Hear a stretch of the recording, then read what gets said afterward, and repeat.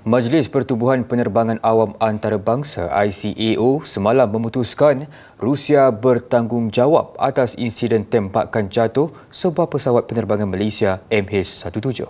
Insiden yang di ruang udara Ukraine pada 2014 itu mengorbankan 298 penumpang dan anak kapal.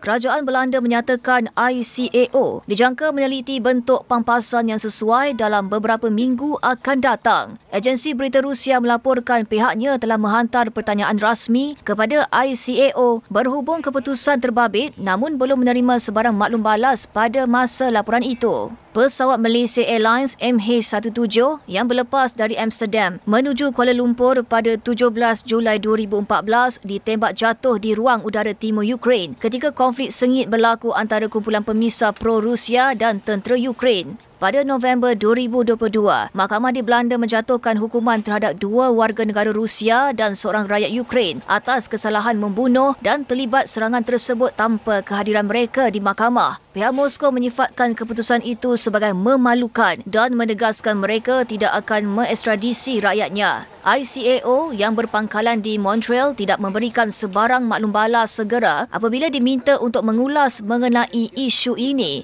Tindakan undang-undang ini telah dimulakan oleh Australia dan Belanda pada tahun 2022. Dalam pada itu, Menteri Luar Belanda, Casper Velkamp, menyatakan keputusan ini satu langkah penting ke arah menegakkan kebenaran serta mencapai keadilan untuk semua mangsa tragedi MH17 termasuk keluarga mereka. ICAO tidak mempunyai kuasa perundangan tetapi memiliki pengaruh moral yang besar dan memainkan peranan penting dalam menetapkan piawaian penerbangan global yang secara umumnya diterima oleh kesemua 193 negara anggotanya.